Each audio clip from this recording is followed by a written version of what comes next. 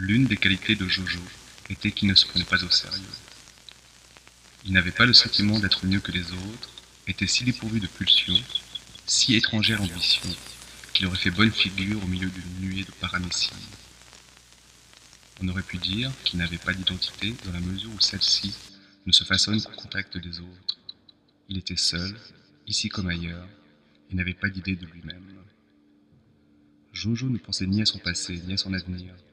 Il ne se préoccupait que des heures à venir, dans une tête vide de toute réflexion sur lui-même. Chaque vie touche un jour à sa fin, qu'on joue les casse-coups ou non.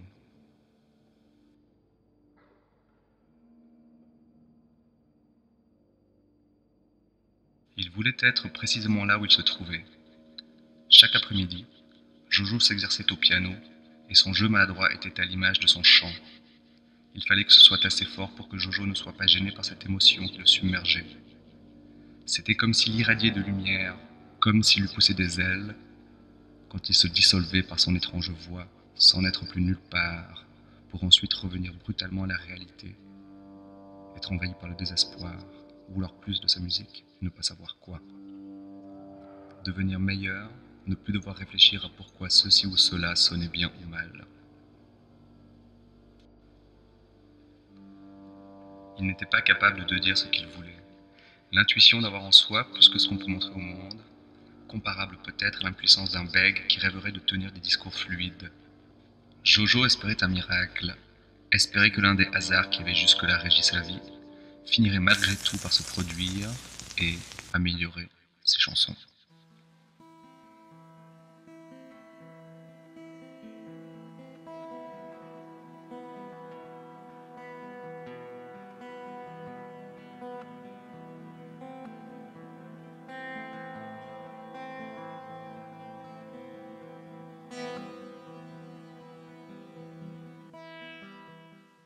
Each and every embrace that your arms ever traced on the palest of skins.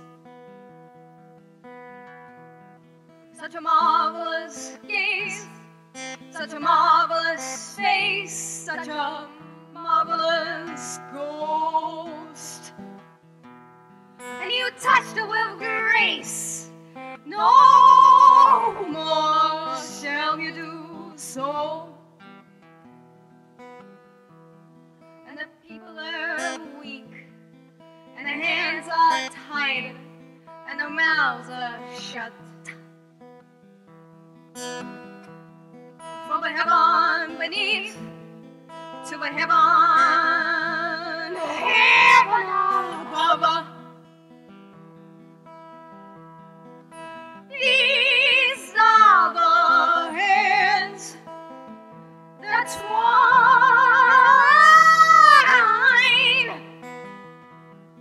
These are the hands that twine.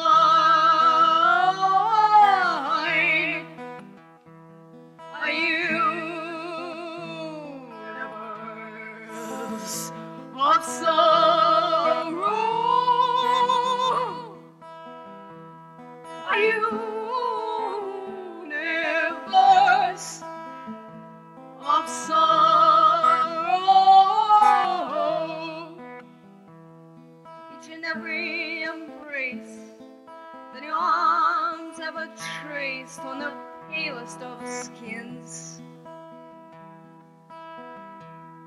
Such a marvelous gaze, such a marvelous face, such a marvelous ghost. And you touched it with grace. No